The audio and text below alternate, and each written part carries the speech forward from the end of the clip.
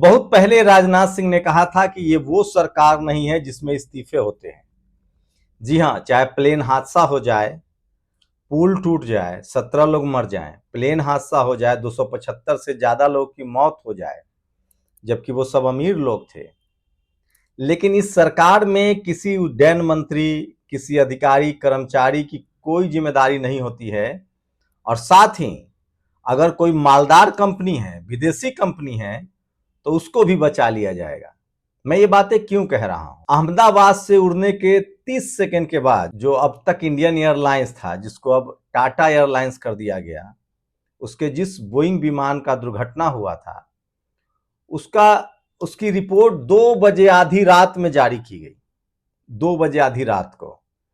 और कहा गया कि इसमें बोइंग की कोई गलती नहीं है। कॉकपिट खुला और कॉकपिट में जो बातचीत हुई है, ब्लैक बॉक्स, उसकी रिकॉर्डिंग के मुताबिक फ्यूल का जो नोड है वो बंद कर दिया गया था। मतलब इंजन में तेल नहीं पहुंच रहा था।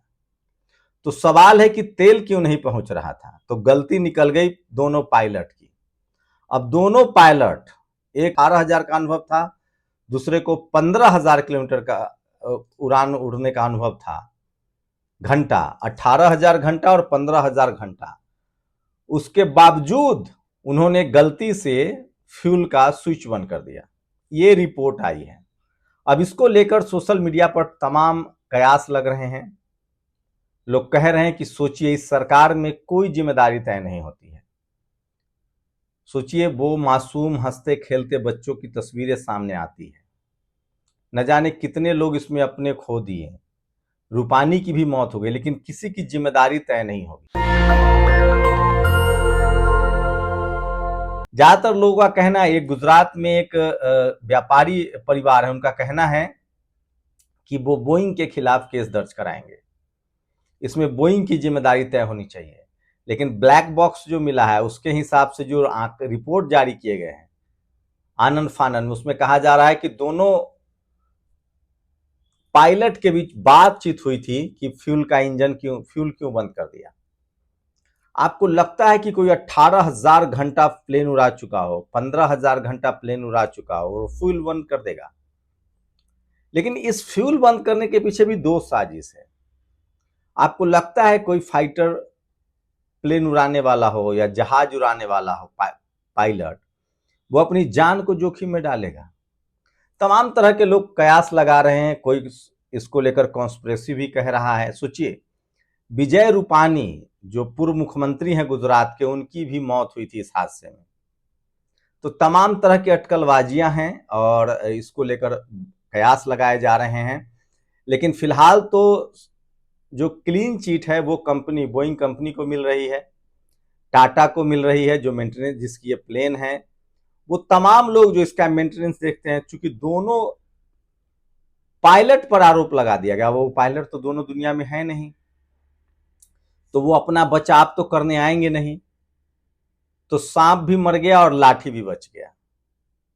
लेकिन सोशल मीडिया है, तमाम तरह के लोग कयास लगा रहे हैं। इंडियन एक्सप्रेस ने कई परिवारों से बातचीत की। उनको लगता है कि उनको न्याय नहीं मिला।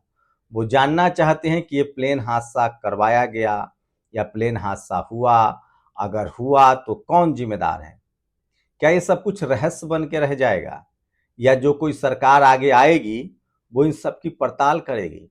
लेकिन ऐसा नहीं है कि इस हादसे के बगैर, इस हादसे में बोइंग भी जिम्मेदार नहीं है, न एयरलाइंस कंपनी जिम्मेदार है। जिम्मेदारी उन दोनों पायलटों पर डाल दिया गया है जो अब इस दुनिया में नहीं है।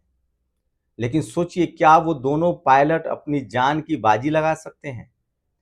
क्या उनको मरने का कोई शौक था? ये सबसे बड़ा सवाल है। इंजन फेल हो जाना अलग बात है, विमान में तकनीकी खराबी आ जाए उड़ते समय, वो अलग बात है। लेकिन जानबूझकर कोई फ्यूल क्यों बंद करेगा? क्योंकि ऐसा भी नहीं कि आधे रास्ते में ये प्रॉब्लम शुरू हुई, आधे रास्ते में इंजन फेल हुआ। ये तो तय है कि वो विमान जैसे ही अहमदाबाद से उड़ा, 30 सेकंड के अंदर क्रैश हो गया। लोग तंज भी कर रहे हैं कि अच्छा हुआ कि उस मासूम बच्चे को नहीं आरोपी बनाया गया जिसने इसको आप वीडियो बनाया था। उसको जरूर हिरासत में लिया गया था। दरअसल वो अपने आसपास था, घर के पास था, और उसने देखा कि बहुत नजदीक से कोई प्लेन उड़ रहा है, तो उसने वीडियो बना लिया था।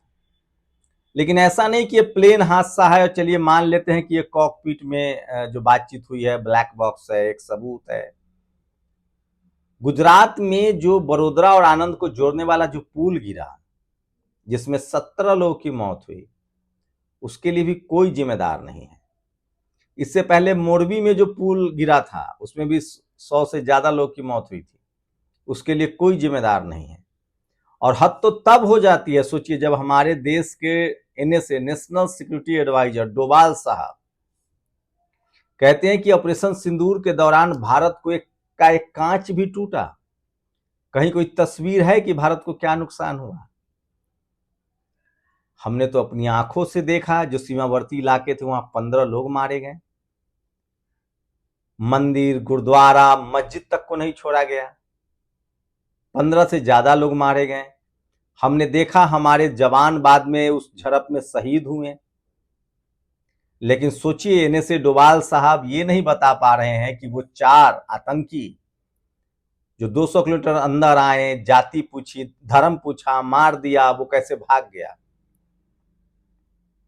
तो डैमेज कंट्रोल चल रहा है। इससे मतलब साफ होता है कि सब प्रधानमंत्री की गलती नहीं है। जो लोग भी इस सरकार में हैं, चाहे वो नेशनल सिक्योरिटी एडवाइजर हो, चाहे मंत्री हो, आपने नागरिक उड्डयन मंत्री जो विमान के उड़ने चलने के लिए जिम्मेदार होते हैं उसको देखा, और कई सवाल खड़ा होते हैं। सोचिए, जैसे ये हादसा हुआ था उसके बाद रोज खबरें आती थी, एयर इंडिया के विमान की आपात लैंडिंग, एयर इंडिया का विमान रास्ते से वापस गया, एयर इंडिया के विमान का रूट डाइवर्ट किया गया, कई सारे विमानों में तकनीकी खराबी सामने आई। क्या ये सब कुछ अब सब नॉर्मल हो गया है, सब ठीक हो गया है? तो क्या पहले सब कुछ ऐसे ही चल रहा था, हादसे का इंतजार किया जा रहा था? हादसे के ठीक बाद जिस तरह से दर्जनों खबरें आई, कहीं प्लेन डाइवर्ट हुआ, कहीं वापस गया, कहीं आपात लैंडिंग हुई, तो क्या जो डीजीसीए है उसकी कोई जिम्मेदारी नहीं है? सब थूक पर चाट साट के चलेगा। हमारे यहाँ कहावत है, थूक से साटना। अब सोचिए कि जब हादसा हो गया उसके बाद लगातार खराबी मिल रही थी, तो क्या प्रॉपर निगरानी नहीं हो रही है, प्रॉपर जांच नहीं हो रही है, रख रखाव नहीं हो रहा है? वैसे भी इस सरकार में किसी की अकाउंटेबिलिटी तो तय नहीं होती है। इतना बड़ा प्लेन हादसा हुआ जिसका इंटरनेशनल जांच होती है, उसमें कहा गया है कि दोनों पायलट की जिम्मेदारी है। ब्लैक बॉक्स में बात सामने, लेकिन ये पुष्ट रिपोर्ट नहीं है, ये बिल्कुल अंतिम जांच नहीं है। कहते हैं कि इसको सालों लगता है जांच में। और बता दूं, हम विश्वगुरु हैं, हमारे पास अभी भी ब्लैक बॉक्स होता है, उसकी हम जांच नहीं कर पाते हैं। हम विश्वगुरु हैं, ब्लैक बॉक्स की जांच नहीं कर पाते हैं, लेकिन हम बैलेट पेपर से चुनाव नहीं कराते, हम ईवीएम से चुनाव कराते हैं। हम इतने बड़े विश्वगुरु हैं। हम अब तक फाइटर प्लेन नहीं बना पाते हैं, अब तक जहाज नहीं बना पाते हैं, लेकिन हम विश्वगुरु हैं, हम ईवीएम से चुनाव कराते हैं। तो इस सरकार में कोई अकाउंटेबिलिटी तय नहीं होती है, कोई जिम्मेदारी तय नहीं होती है। आप सड़कों पर चल रहे हैं, पुल गिर जाए तो आपकी जिम्मेदारी, आप जहाज में चल रहे हैं, प्लेन क्रैश हो जाए तो आपकी जिम्मेदारी, ट्रेन हादसा हो जाए तो आपकी जिम्मेदारी।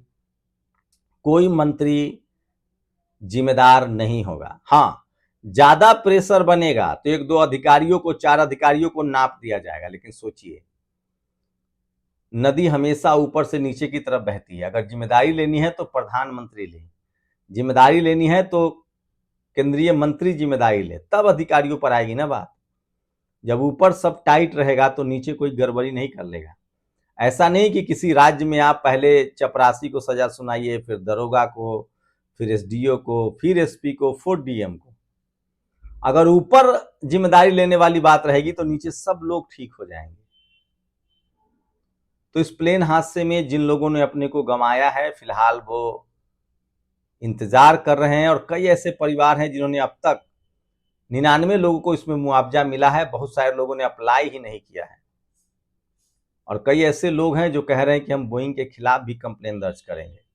तो इस हादसे के लिए फिलहाल कोई जिम्मेदार नहीं है, दोनों पायलट जिम्मेदार हैं जो अब इस दुनिया में नहीं है। यह घटना आपको सिर्फ घटना है या हादसा या साजिश, आप लोग हमें कमेंट करके अपनी राय जरूर बता सकते हैं।